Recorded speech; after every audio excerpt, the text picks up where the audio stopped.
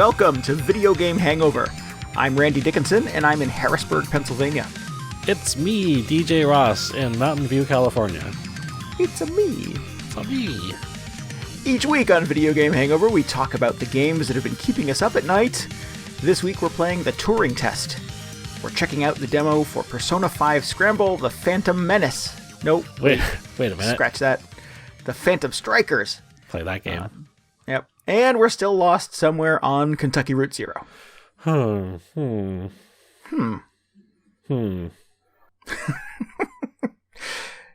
What? That's a very melancholy sound. Are you feeling melancholy about Kentucky Route Zero? Is there another way to feel about Kentucky Route Zero? It's a I very don't know. melancholy kind of experience. It is, yeah. It definitely has that vibe. Yeah. That's just how it left me. Or maybe it's more like, Yes, it is one of those video games that I put it on and Sarah goes, "Oh, this game." like, not in a good way. No, not at all. No, there's some, like Persona 5. I went back to Persona 5 a few weeks ago, and she heard the music and went, this game? Oh, so not even just like because of the atmosphere or whatever. She's just sick of seeing it. Yeah, I think it's that. Yeah. And like the games that I played, I think fall into some similar sort of camps. So there are, a lot of video games I play where I'm a person who walks around and talks to other people. And I think maybe she thinks those are all the same or same-ish enough that she can complain about it. She's not a fan of the walking simulator, is what you're saying? No. Not I play a real lot enough of those of a video games, game for her. Yeah. Normally it's her like on her phone playing Farm Hero Saga and complaining about my choice in video games. So I will leave it at that. I never played Farm Hero Saga. Maybe I'm missing out. Yeah. Has it got a slot machine in it? No, not that I'm aware of. I think it's a match 3. Okay. One of those things. But One she's of those like games. level 6,000 or something. She's just so far advanced in that. Yeah. Man, I was watching a Dragalia Lost streamer this weekend. He was doing, as you might imagine, just summon after summon, trying to get these rare Monster Hunter units while the Monster Hunter event is going on. And I've heard of these people doing marathon summoning sessions for these games. You probably read an article or two where it's just like people have been sent into bankruptcy because they just like RNGesus isn't on their side. They can't get the summons they want. And this guy was like, he actually did all right. I guess he didn't like go into the thousands over didn't have to sell his house. No. Thing. But it was just like, it was hard to watch because you'd just see him do a summon and he wouldn't get the units and he'd be like, that's it. I can't do another one. Well, maybe I should do another one. And he would like, recharge his gems on his account. But because he was streaming from his phone, you would see like, it was like the Dragalia Lost screen of the summoning screen, but then there'd be like the little PayPal notification that come in on the top, and I'm just like, oh my god, this is just depressing. Watching this in real time. He's live streaming the fall of man. Yeah, it's like, yikes. Yeah. So in the summons in that, it is, as you said, a slot machine, right? You're sort of like pulling a lever and hoping it ends up in your favor. Yeah, and there are like, a lot of these games have systems in place where, like, as you continue to summon you don't get one of the super rare units, the odds that you will get one will increase very gradually. Some games even have more dramatic safeguards in place where just like after a certain number of summons, which is like, it's an absurd number, like in the hundreds. If you don't get whatever unit you're after, it will just let you pick whatever unit you want or something like that. I haven't played a game that does that. Just tell us what you want. Right. It's like they just admit like, okay, you have clearly spent probably like hundreds, if not thousands of dollars at that point. You might as well just take it. Just like, please make sure you can feed and clothe yourself. Dragalia Lost does not have that second system in place, which is it's a little worrying because, obviously people are out there summoning and coming up unlucky every single time, which is just emptying their bank accounts for a tiny little digital imaginary dress-up toy. For a little JPEG of some character, or a little dragon or whatever. Good times. Yeah. Yeah, never been that guy, fortunately. Probably for the better. Nope. I've had a lot of things in life that I find myself kind of fixating on, but fortunately, a game like that, anyways, has never quite pushed that button for me. So I've never gotten to that point. I definitely, I blew through a lot of like my free in-game gems. A few months ago, there was like some summon I wanted. I actually got down to my very last one, and I got it. I was just like, oh, amazing. I didn't get to the point where I was like opening up my wallet to recharge the gems or whatever. So it's like, that's a relief. Eyes dart around your apartment trying to figure out what you can sell. It's just like the price tags start popping up and everything. Right, exactly, like Fight Club. Yeah. What can I burn for fire here? What is Excellent. No, happy to say that I've been far from getting to that point. Good. Well, DJ, love is in the air. It is almost Valentine's Day. Oh, that's nice. That was an awkward segue, huh? That's fine. Do you have any fun romantic plans for Valentine's Day? Not off the top of my head, no. Why, Randy? What did you have in mind? Yeah, should I? Ooh, am I supposed to act surprised or whatever you're going to say next time? Clear your schedule. No, I don't know. Just maybe stay home with a little Fire Emblem or Persona and your best girl. My waifu? My Dragalia Lost waifu? I don't know. Or Dragalia Lost, whatever your game of choice is. No judgment here. I don't know. I don't have I'm not going to say that word again because that's terrible. I don't think I have a best girl in any of these games. I haven't played I played Persona 3 actually. Yeah. What was the one who sticks the gun right in her face? Yukari, is it? Is that who it is? Cool. It's been a while. I don't recall. Yeah. I don't remember if I'm not sure. I didn't meet every character in that game. I don't know if she's the best girl. Yeah. I have been meaning to get back to Persona 3 though, so maybe maybe that's my thing. There you go. There's your big plans for the 14th. There you go. Yeah. Classic Valentine's Day evening, just Persona 3 live streaming. Yeah, up in that tower. Yep. Excellent. Yeah, I mean we don't get super romantic around here either. We Sarah knows I like her, so I try to make sure that she knows that the remaining 364 days a year. So there's not a lot of pressure to prove it on that one day. So Valentine's Day is like the worst day to do that anyway, because that's when everybody else is out there. You can't get a reservation at any restaurant you like. Yeah. Just people being obnoxious in public. And here's a box of gross candy to tell you how much I love you. Well, I'll still take a box of candy, sure. I mean, we're not turning away candy. Right. Let's be rational here. No. I just checking. I figured I'd see how you were planning to spend your 14th. Well, I have this might be more appropriate. I have we've briefly discussed this, but the new Star Trek series is out. But it airs on a Thursday. Or new episodes air on Thursdays. I just am always in the foulest mood on Thursdays for whatever reason. I just can't bring myself to watch it. Because it's not Friday. Because it's not Friday yet. And, things are ramping up at work usually at that point. So I'm like, I come home on Thursday, I'm just like, oh, I don't want to watch this video or this episode in this mindset. I'll just force myself to wait a day, watch on Friday. So maybe I'll spend this Valentine's Day with Patrick Stewart. Wouldn't that be nice? Oh, that would be nice. I probably even signed up for that. Yeah. Yeah.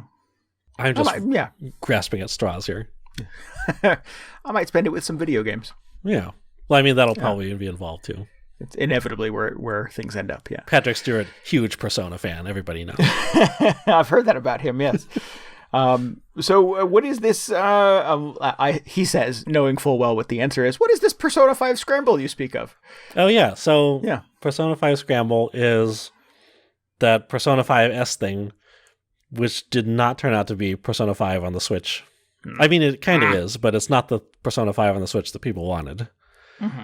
It is Persona 5 Muso, or Dynasty Warriors, or one of those games where there's just 1,000 enemies on the screen and you just slash them all up with a sword, or he's got a machete or something in this. Yeah. I think, well, maybe to put it in terms that some other listeners similar to myself would know, there was a pretty successful Hyrule Warriors. Oh, yeah, that's a good point of comparison. And there's a Dragon Quest one, too, is there not?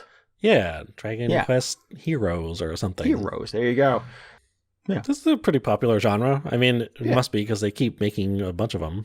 Right. They keep finding beloved video games to sort of adapt into them. It seems to be an easy genre to, adapt another property into.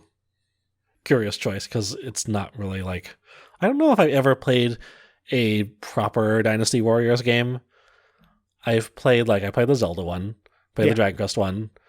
I played Drakengard, which was like the predecessor to the Nier series.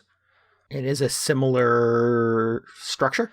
Yeah, I mean, it was one of those games where you just chop up a million dudes. Okay.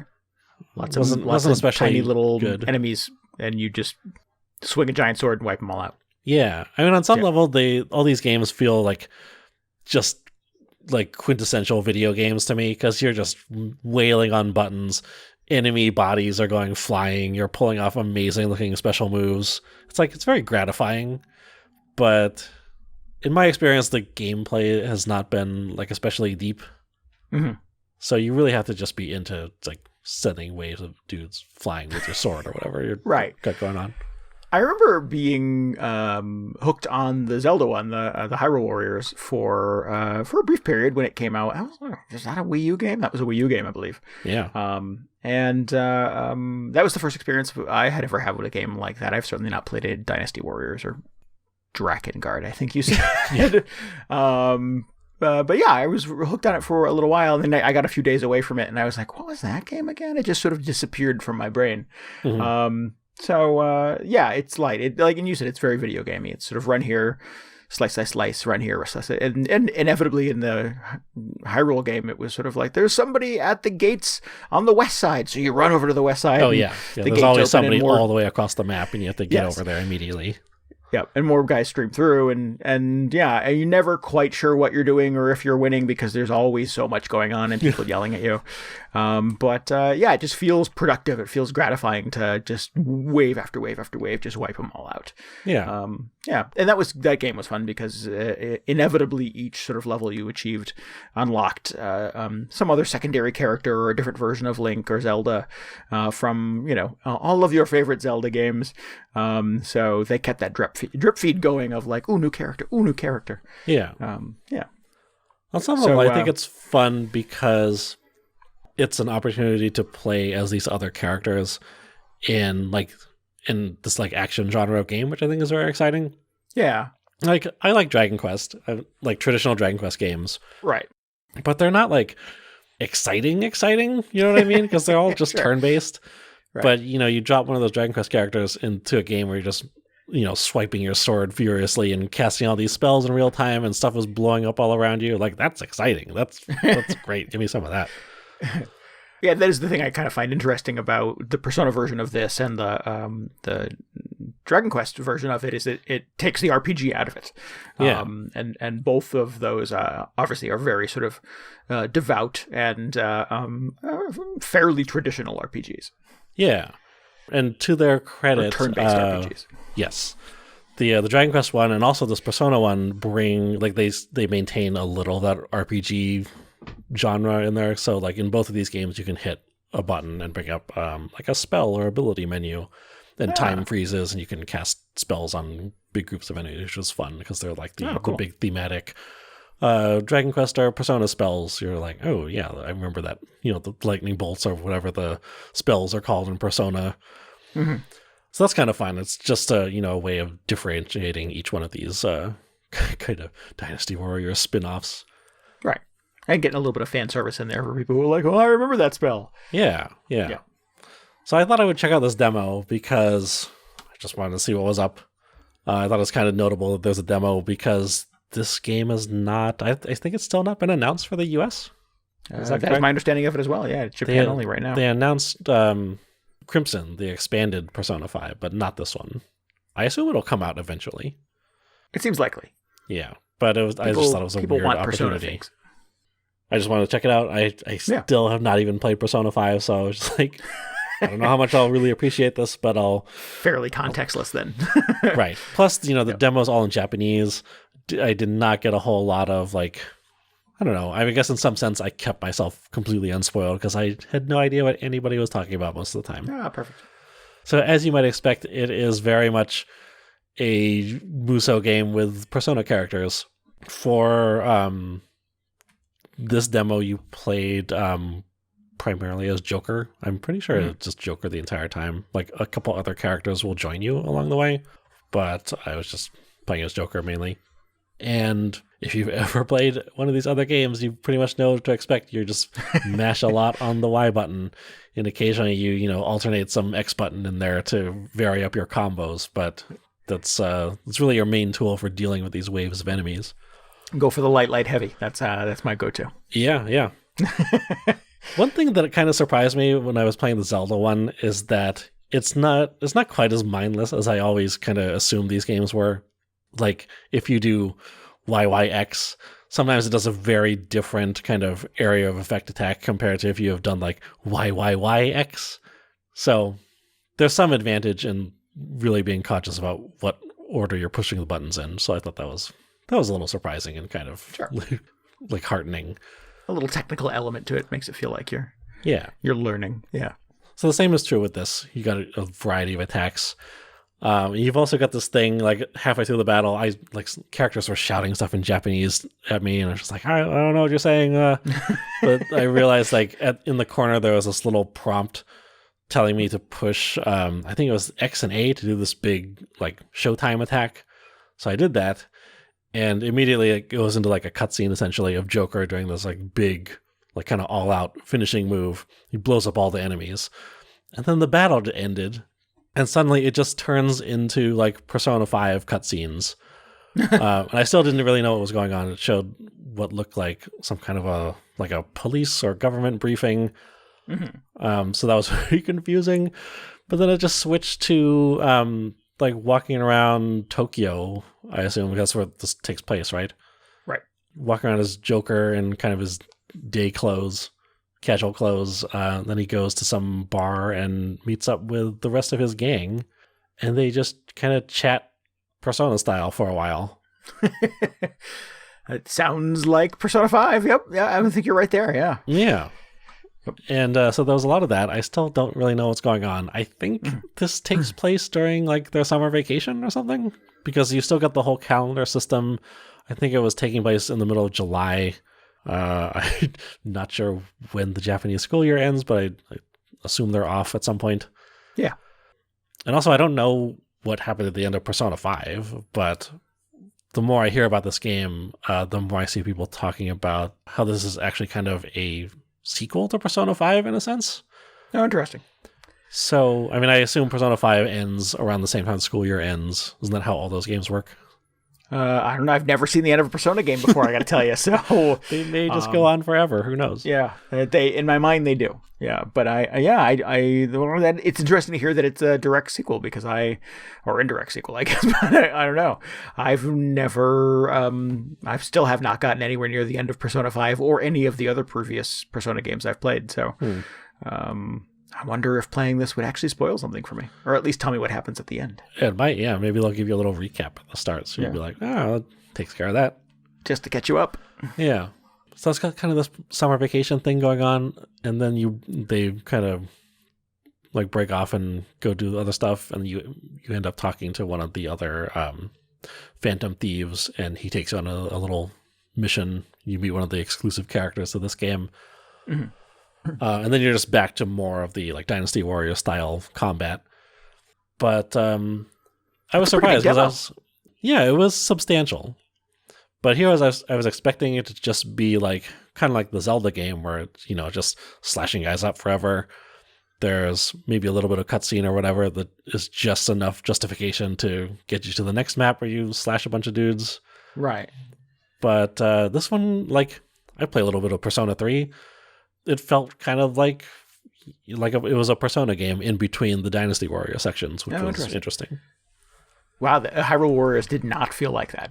It didn't. I don't remember, and it's been a little bit since I played it, but I don't recall there being any kind of in between stuff that made me feel like, oh, this is a proper Zelda game with just an odd little bookends to the stuff in between. Yeah, not at all. It was just like, there's people talking for a long time. So just let me go mash the X button some more. Right. Cool. And obviously, I suspect it remains kind of firmly in the Persona 5 kind of aesthetic. It looks like a Persona game with all the flashy graphics and crazy enemies. Super cool, yeah. It feels like they really amped up the visual style for Persona 5, so that was fun to experience a little bit. You still got the big dramatic menus that kind of swoop in at different angles onto the screen, which was fun. Right. A lot of red and black everywhere. And Sarah doesn't care for the Persona 5 music, but did you enjoy? Was there anything notable in the soundtrack? No, the music was pretty good. Yeah. At one point it plays, I believe it's a remix of kind of the Persona 5 battle theme, so fans will probably appreciate that. There was a new song playing during that intro sequence. Like I said, there's just a lot of animation throughout, which was fun. So it's not a cheap cash grab. This is feels like a real thing. No, it's like a pretty serious thing. Yeah. Cool. I know all the more reason for them to bring that to the United States, please. Yeah. Or I don't know. I mean, I guess you could always import it, but you just won't be able to understand any of it. You told me DJ and I chat throughout the course of the week, and he's like, I played this thing, and I was like, oh, cool. I didn't realize it was out. So I Googled, where do I get the Persona 5 Scramble demo? And it was this 20-step list for setting up a Japanese account on your Switch. And I was like, all right, I'm already out. It's too many steps. It's nice it's useful to have a Japanese account on your Switch. I think it's far more useful or far more accessible than having one on your PS4, because I think the demo's out on both platforms. I end up playing it on the Switch because I couldn't be bothered to figure out how do I log back into it? My Japanese account on my PlayStation, whereas on the Switch, it's just like you click a couple icons over and your account is right there. Oh, cool. I mean, I forget what one of the blogs explained how to do it, and I think my eyes started to glaze over after step 5, and I was like, no, this is too much. It's not something you can just decide to do casually. Just be like, I got 5 minutes. I'll just set up a Japanese Switch account for myself. Right. That was exactly what I wanted. I wanted a frictionless Persona 5 Scramble demo experience, please. Right. Yeah, that's not quite available at this point. But maybe check it out later, because you get the occasional Japanese exclusive demo. If you have the Switch Online thing, you can download the Japanese version of that, because they get different games that we do. Oh. So, there's some benefit to doing it. Right. And it's just the initial setup that is a little cumbersome. Once you have it set up, it's pretty easy, like you said. Once you have it set up, you don't really need to know any Japanese or whatever. You just have to go to the eShop and pick your Japanese account, and then you can just kind of be like, which one of these pictures is Persona 5? Oh, that one. Okay, get that one. I believe I could figure that part out. Yeah. Yeah. Cool. So anyway, I thought it was. I had a good time with it. I've actually played it twice because I was hoping that in the second half of the demo, when you talk to the one guy, there might be another one of the Phantom Thieves that you can talk to who would take you on a different mission, but that did not seem to be the case. So I guess I played it 1.5 times. But at the end, I was just like, this is fun. Would kind of be interested in playing this, but then I really feel like more so than ever, I should probably play Persona 5, just like the original one, before playing this. Otherwise, like you said, I might just ruin the entire game for myself. Yeah. Yeah. Listen, if you've got 100 hours to kill, play Persona 5, obviously. But it has taken me 4 years to get to the point that I'm at, and I still don't know how far or close I am to the end of that thing. So yeah. It's one of my missions. Really I have unfortunate that you'll be able to get this on the Switch, but not the original Persona 5. Yeah, not P5. Yeah, I'm intrigued by the Persona 5 Royal, I guess the extended version of Persona 5 that is announced for the US. I believe that comes out in March. Does that sound right? Yeah, it's pretty soon. Adding quite a bit of content to it, and it's a game that has a lot of content anyway. So whether or not that's a good thing, I guess your mileage may vary. But I don't want to have to play Persona 5 over again. I don't want to go back to the beginning and start over. Yeah. And then fizzle out once more on a game that at that point will have spent $120 on. So, So yeah, I'm just going to stick with vanilla P5 and continue chipping away at it. I have, 48 days left until Animal Crossing, so maybe I can make some progress on Persona 5 between now and then. You gotta wrap it up, otherwise, you lose your chance. Just be all Animal Crossing all the time. Yeah, just throw away all of my other games. I had to say, I really, despite the fact that I couldn't understand what anybody was saying, I really enjoyed just, the Japanese vocals are very energetic and have a lot of character. Mm-hmm. But especially, the cat. What's the cat's name? It's Morgana or something. Yep. I just thought the Japanese voice was hilarious because it sounds very much like just you'd think this dopey-looking Japanese anime cat would look like or sound like. And I also thought it's interesting that, for a lot of the scenes, he, I don't know what it is. There's some question of that in the game too. So yeah. Okay, great. But so in some of the scenes, they just look like a typical cat. But then when everybody does their big Phantom Thief transformations, they put on their spy costumes, whatever. Yeah, it just becomes like a more anime-looking cat. It's got a big round head and kind of stands on two legs. Yep. I thought that was just silly and extremely good. Yeah, that sounds about right. Also, they're not spies, DJ. They're thieves. Okay, I mean they look like spies, but I guess spies, thieves kind of goes hand in hand. No, they're Phantom Thieves. Okay, fine. It's right there in the title, man. They look kind of like spies.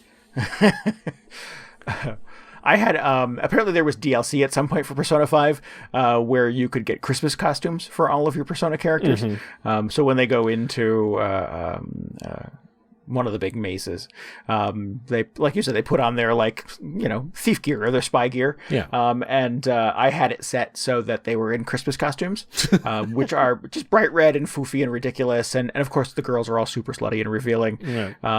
The girls' costumes. And yeah, and then didn't play the game for a year, and then booted it up again recently, and I was like, what is everybody wearing? I don't remember this. I was like, no, how do I take the costumes off? I had to Google how to take it off because I couldn't remember how to do it. I'm like, no, I can't look at this forever. But that's hysterical. Yep.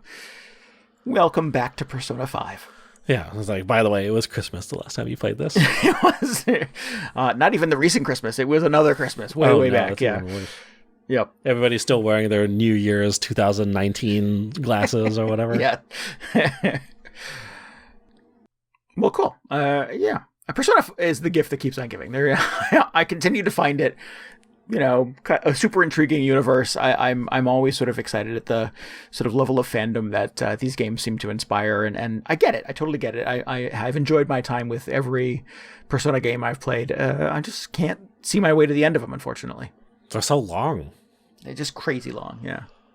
It's really quite inconsiderate. I remember, when I was first getting into JRPGs, on the Super Nintendo, Final Fantasy 2 and 3 or 4 and 6 or whatever you want to call them, and Chrono Trigger, they were all about 30 to 40 hours long. And at the time, that was massive, because I was used to playing, Super Mario Brothers or Zelda or whatever.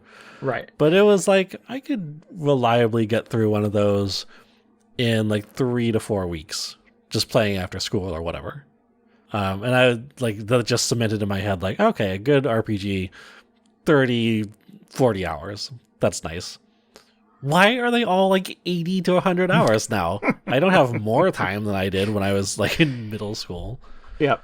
I get the thing that people just want to be able to spend more time, that they want more stuff to do in these games, but can they just separate that out and, devote that to the end game or whatever?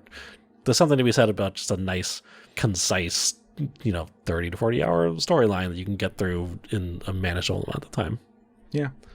Yeah, it's true. The technology has, I guess the technology has sort of evolved to the point now where they can make games that go on forever, or games that go on, for 100 and something hours. And now I don't have that kind of time. I had it when I was younger. Yeah. They could have done it as much as they wanted when I was 14. But now that I have a job, it's mostly the job. I was going to make a list of all the other responsibilities I have in life, but no, I have to go to work every now and then. Wait a minute. It's really just the job. Shorter list than I thought. I played Dragon Quest IX for probably 300 or 400 hours, but I don't think that I forget how long the campaign was in that. I don't think it was the bulk of that for sure. Yeah, and that's over the course of years, though, right? Yeah, no, that was I spent quite a long time playing that game. That was just last week. Just capped off my 1,000th hour of Dragon Quest IX. It was great. A completionist playthrough of Persona 5, which is just stupid to submit yourself to, according to howlongtobeat.com, comes in somewhere in the vicinity of 167 hours. That's like less than I'd expect. Is it really? Yeah, I mean, so what does that mean? Does that mean you like max out all the social links, you collect all the Pokemon or whatever? It does not specify to what level of completion you're achieving there, but yeah. I mean, just the point where there's nothing left to do in that game. Mm-hmm. Yeah, where you're just sort of roaming around and going, well, I've spoken to everybody, I've pushed every button. All the NPCs are telling me to go home. Yeah, exactly.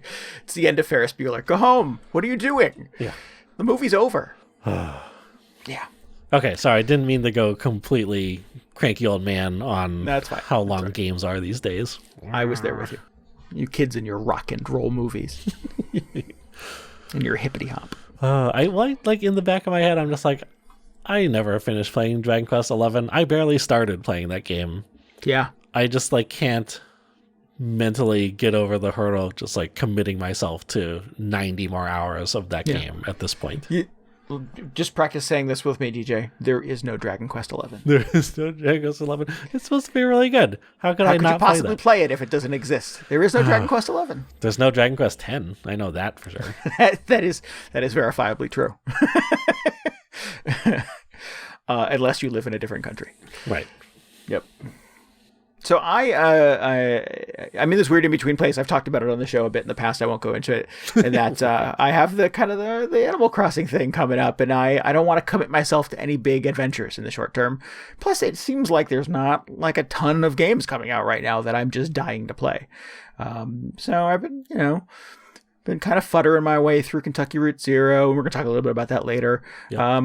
But this other game, this Turing Test, popped up on the Switch last week, and I remember hearing about this when it first came out on PC, and it got a lot of, not a lot, but it got some interesting press that sort of made it onto my radar for being this kind of interesting mix of kind of a first-person puzzle game a la Portal, but with something a little more sort of hardcore sci-fi in terms of story. I mean, Portal is hardcore sci-fi, but it's kind of done goofy. Right. And the Turing Test is a little more serious, a little more somber, and does a lot of kind of character work and world building. And you have an AI that you interact with it throughout the course of the game, and build a relationship with. And meanwhile, you're solving increasingly more difficult puzzles and trying to do a thing. And I was like, all of this sounds cool. All of this sounds like a game that I would appreciate. I just did not have a way to play it when it was only on Steam before. So now it's on the Switch. I can play it. I remember when this came out, I saw a lot of positive buzz around it, so I looked into it and I thought, well, this actually sounds like something Randy would enjoy. There you go. Bad. Yeah, it's only on Steam. Yep. So I just kind of forgot about it. I thought it actually received, despite all the good buzz it was getting, surprisingly little kind of fanfare and attention, considering it's like I forget who developed it, but it's like somebody notable, isn't it? I don't know. I'm not sure. That wasn't on my mind. I just thought it came out, it looked super good, but then nobody really paid attention to it after a week or so. But anyway, it eventually came out on other platforms. Yeah, I think it's tough. I think it's tough in any marketplace, but I mean, Steam is just I've read the number somewhere before, but it's something to the order of magnitude of like 6 million new games a week. So I think it's easy to be overlooked. And Switch has exactly that same problem happening right now, where you click on new releases in the Switch eShop, and the eShop's a mess in its own right. But just trying to look at what came out, recently and process that information is just sort of like, trying to read your way through the dozens and dozens and dozens of video games with titles and descriptions that give you no information. It's tough. It's a little tough to filter through and find the little nuggets of gold, I guess. Oh, this isn't the game I was thinking of at all. I mean, it was. Yeah. But there was this other game called the Talos Principle. Did you play that one? Remember that as well, yes. Yeah, that was the game. I was like, Randy would like that game. I would like that game. Yes, that is. Yeah. That's on my. I have a little file on my phone of like someday these games might come out on a platform that I can play them on. And this one was the one with the notable developer. They made Serious Sam, if I'm not mistaken. Oh. Which is very weird considering that then they made the Talos principle. Serious Sam is sort of a big dumb explosion. I mean, it's basically like the Dynasty Warriors of first-person shooters. Oh, okay. Or the first-person shooter of Dynasty Warriors, one of those two. Yeah, it is a weird turnabout because this is not that kind of game. It's much more quiet. It's much more somber. Yeah. You have a gun throughout, but the gun is used to add power to or take power away from devices that need to be powered up. And you're never actually sort of shooting other human beings. So the hook here is that you are a scientist who is awakened from cryosleep in a big sci-fi spaceshipy setting by the AI that says the rest of your team woke up before you and they're missing. Hate when that happens. Right. Oh, that old movie. Yeah. So, and you then kind of make your way to the surface of the planet that they were deployed to explore, and to the test facility that was built there to try to find out where they are, what happened to them, kind of piece together the mystery of why they got up early, and where are they now? And through all of it, there is this AI voice, a la GLaDOS, who is talking to you and narrating the experience and trying to help you kind of get your bearings a little bit, learn how to use the tools that you have. The facility is a series of modular cubes, and it was supposed to be built in a very specific way, but your teammates have gone ahead and rearranged all of the cubes. Why? You don't know. That's one of the mysteries. But that gives the game its sort of central conceit, which is essentially that it's a first-person puzzle game.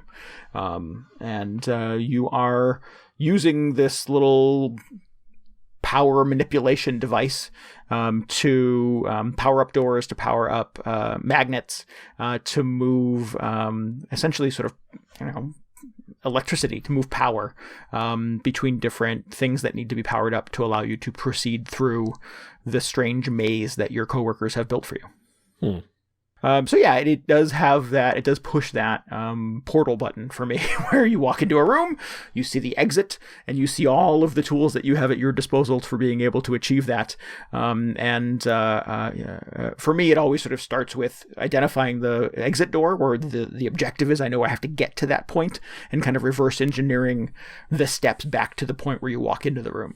It's a lot of trial and error. It's a lot of you going, well, I can push two buttons simultaneously, but I can't quite be in two places at the same time.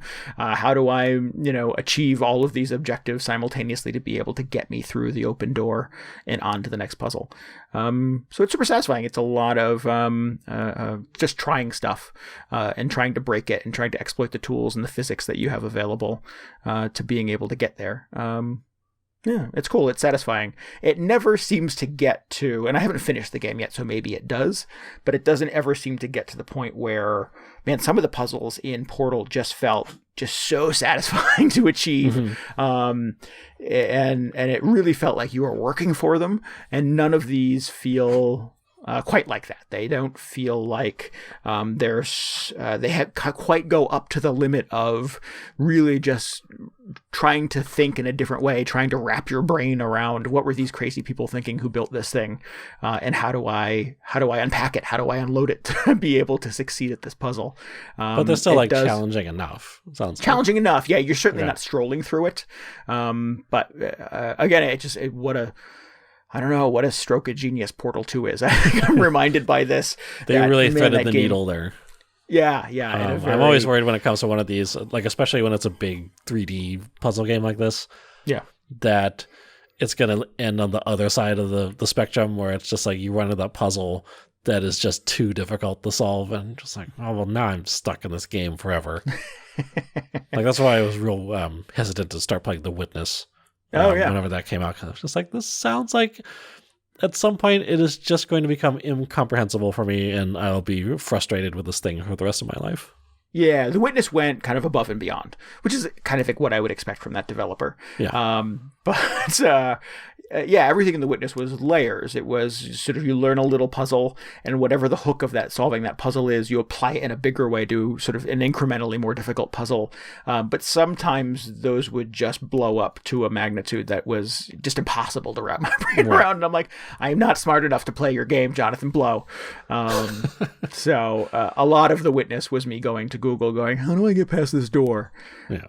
I've never had to do that in the Turing test. I feel like a little head scratching, a little sort of like, what if I do this? What if I do this thing? And eventually I sort of stumble my way to it. The most difficult puzzles in the Turing test thus far have not put up a challenge like The Witness. That's good, I suppose. Yeah.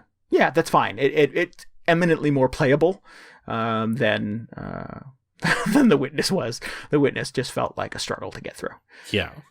I mean, not that I don't want to challenge myself, but I do want to like finish whatever I'm doing eventually. Yeah, absolutely. I want to see this thing through to the end.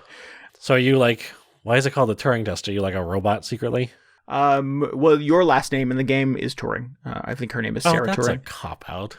But you are interacting with an AI. I'm waiting for something.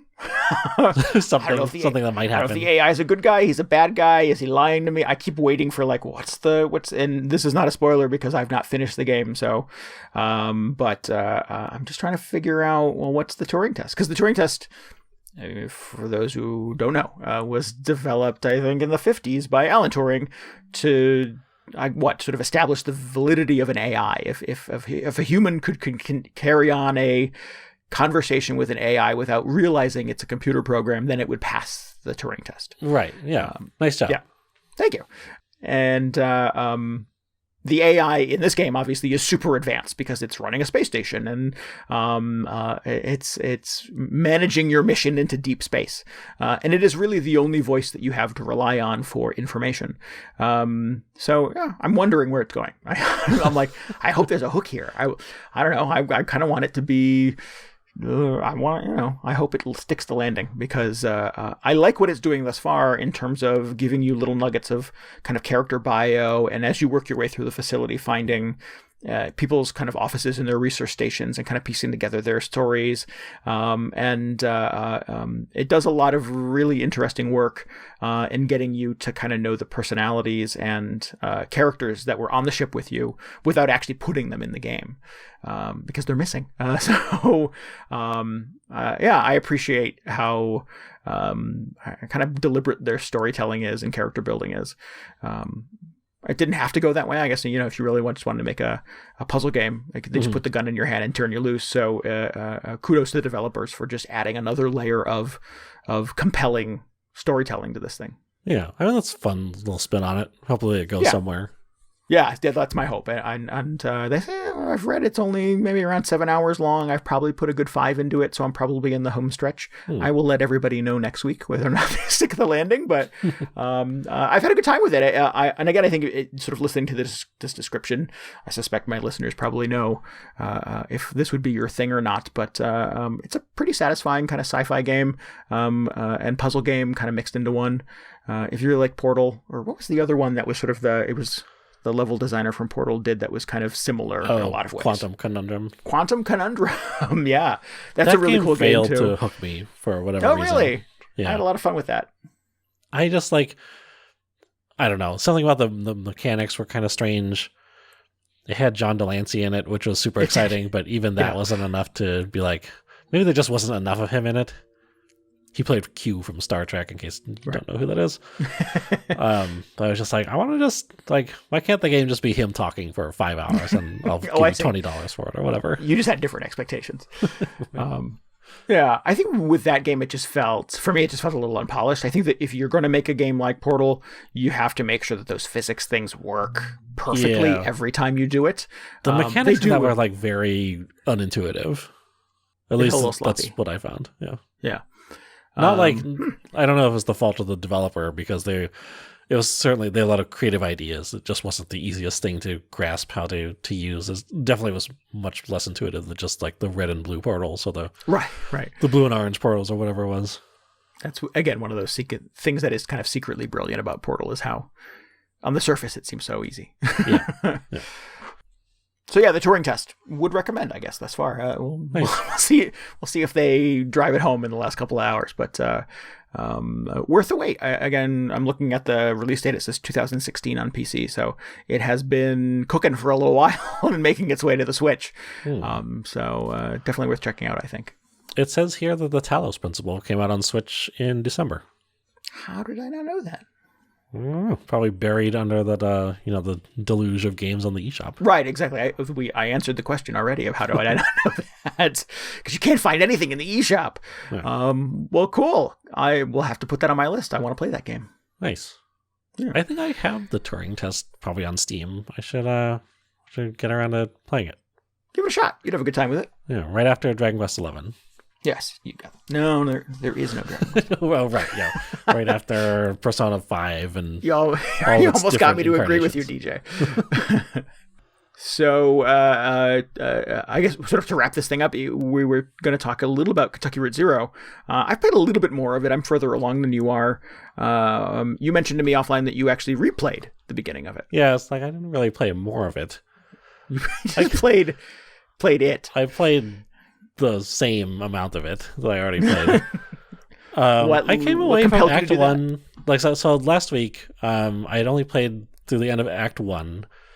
And I liked it, but I came away from it feeling like it was very brief and kind of slight. But I also, clearly there was some side stuff going on in the fringes that I didn't get into. Mm-hmm. So I was like, well, I'd like to go check that out. And also just the legacy of this game, this 5-episode game that came out over a span of 7 years. I just I don't know. It's interesting to me to think about what it must have been like to play this, first of all, in 2013, to play a game like this that has you making these choices, but they're not really choices. They're just sort of you writing the story as it goes along. And then suddenly it ends and there's just nothing for 2 years. Everybody who I know who played this game was just completely taken by it. And I was just trying to imagine what that would be like. So they're completely loving this game that ends up being an hour long. And then there's I don't even know what the schedule was like, if they announced when Act 2 was going to come out, if they knew it was going to be such a long wait for the next piece of this. But I was just trying to think, well, so what do you do in that situation? You just probably go back and just play it 100 more times, trying to wring every last drop of this game out of it, because you got nothing else to do.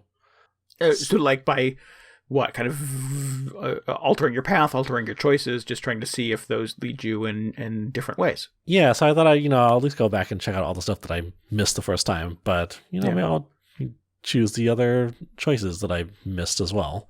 I wonder a little bit about that too, because the game does give you a kind of not a big map, but a map full of kind of roads and kind of byways and back roads and stuff like that you can explore. And they're all listed, Route 5, Route 309, blah, blah, blah, with little connectors in between. And as you sort of come up on intersections, sometimes little landmarks and stuff will light up on the map, and you could kind of hit a button to explore them if they're part of the story, I guess, or maybe even not part of the story. You can sometimes get out of the car and walk around, and there's it triggers some interaction with other characters and stuff like that. And you had mentioned that you had played the first episode, I think you said, for an hour and a half. Yeah, that's about right. I don't remember playing the first episode for that long. Yeah. It felt, like you said, really brief. I really felt like I was kind of through it pretty quickly and on to the next one. So I got real confused in that, at one point you go into a cave or a mine or something, and I was like, oh, what's going on with this thing? So I probably spent a lot more time there than I probably should have.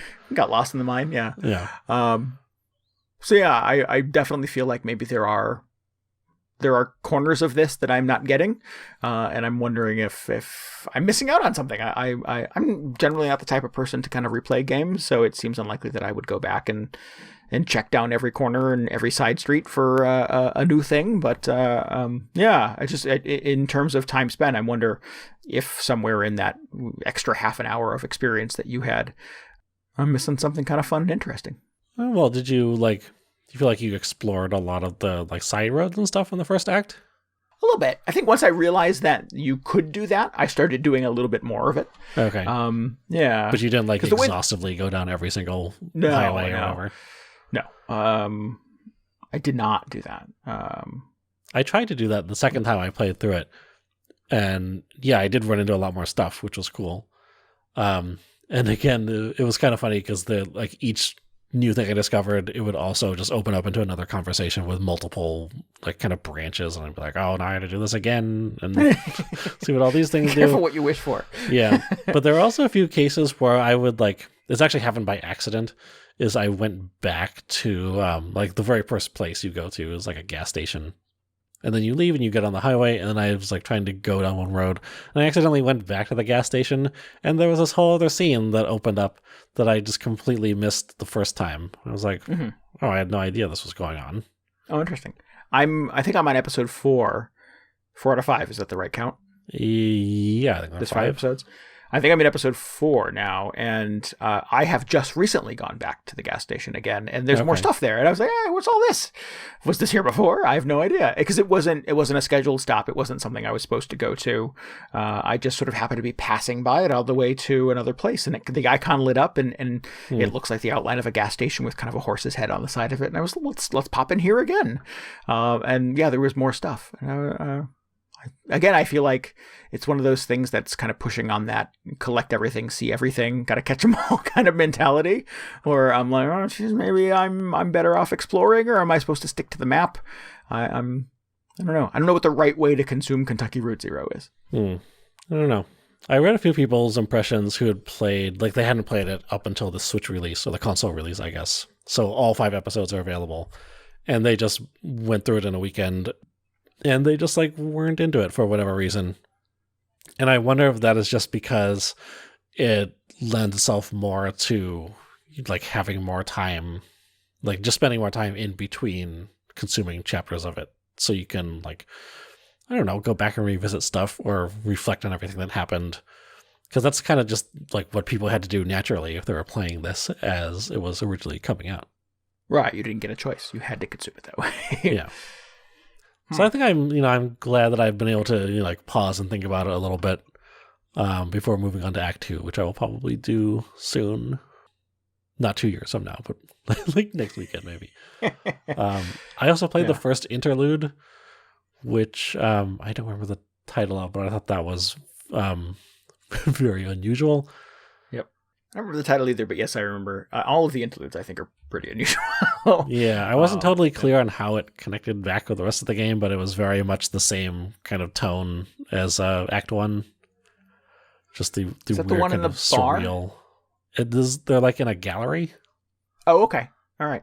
That connects. It doesn't necessarily connect back to 1, but it will connect to 2. Oh, okay. Okay. You'll get it when you keep playing. Yeah.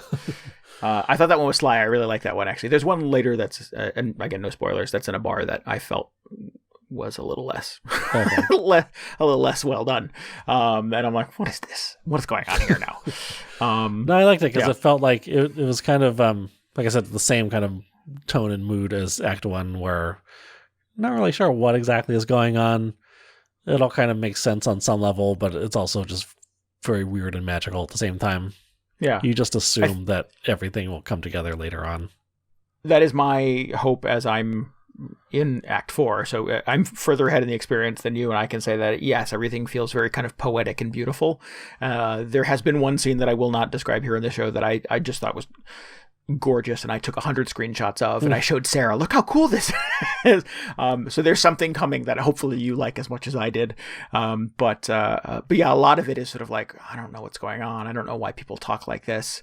I'm not sure if I understand where I'm going with this. I hope there's a payoff. I hope they land it somewhere interesting. I hear it because wraps up pretty well.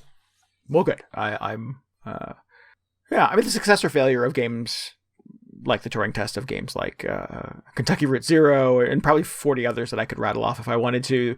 I'm willing to indulge your weirdness and your detours and your oddities, as long as you can bring me back to a place where I feel like that I'm struggling for words here. That journey was worth it. Yeah. Yeah. Not to sound too cliche, but I feel like a lot of the the purpose of Kentucky Route Zero, like the satisfaction is just in the moment of you deciding like what characters are going to say and you kind of coloring the story as you go. Yeah. I do appreciate when a game is able, or like not even just a game, but any story in any medium is able to write a satisfying conclusion. But in this case, I feel like a lot of it is kind of just you being there and experiencing this thing as it unfolds. Sure. And I don't necessarily need to like sort of be spoon-fed of like, here's what it all meant, Randy. Oh, no, I'm not saying that at all. But I mean, show me you had a plan from the beginning. I think if I'm going to go with you on this sort of wacky adventure, at least I want to know, that you had a destination in mind all along. Just wait until you load up Act 5 and the title card. It's like, special guest directed by J.J. Abrams or whatever. We were in heaven the whole time. Is that what happened on that show? Lost? Yeah. I think so. I don't know. I remember being angry about it. I was so fucking pissed off about the end of that show. I was like, really? And that is my go-to when I'm like, I'm willing to indulge any amount of craziness because the journey is fun. You got to bring me home at the end. I got to know where we're going with this thing. And it became abundantly clear that they had no clue. Love it. Yep. Anyway, Kentucky Route Zero supposedly wraps up better than Lost. Excellent. Hey, all right. Put that right on the box. Better than Lost. Better than Lost. Good. You're going to stick with it, though. You're going to keep... Yeah, I will continue to make my way through this thing probably over the next few weeks or so. You have until March 20th. Okay. All right, well, let's wrap this thing up. If you need any more video game hangover in your brain, you should follow us on Twitter at twitter.com/VGHangover or head right to our blog at VGHangover.com. Hey, you didn't tell about PAX East. I did not. I totally forgot about that at the beginning. I had that weird sort of segue about Valentine's Day, and I lost my thread. Too busy fawning over Patrick Stewart, which is totally understandable. Yeah, Patrick Stewart is your best girl. But I'm going to be at PAX East. That is coming up at the end of February. I will be there in Boston starting at February 26th or 7th, I believe, somewhere in that window. But yeah, if you're heading to Boston and you want to link up, say hey, high five, have a beer.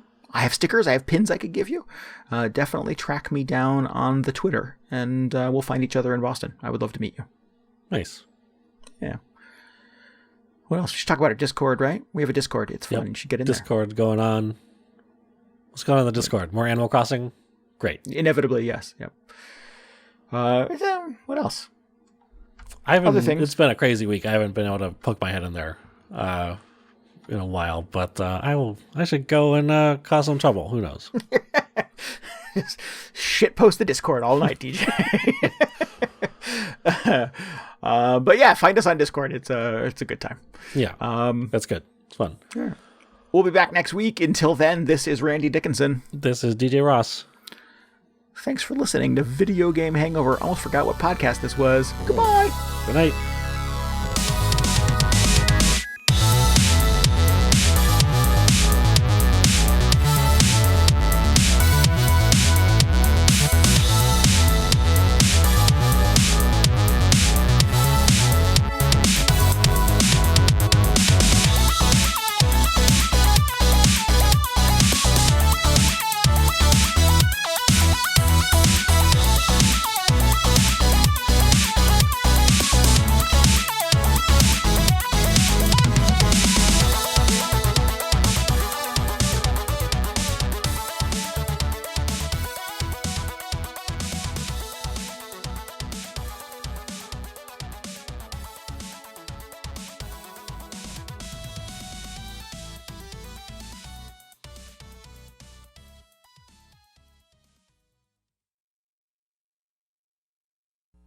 Mr. Crusher, set course for Starbase A.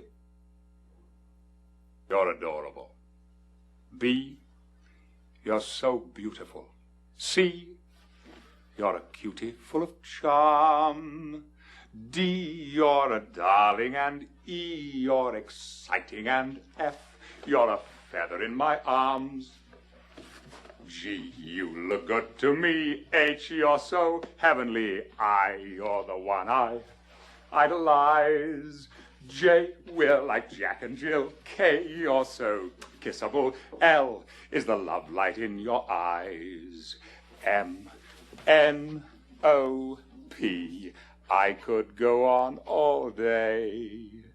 Q, Q, R, S, T, alphabetically speaking, you're okay. U, make my life complete. V means you're very sweet. W, X, Y, Z.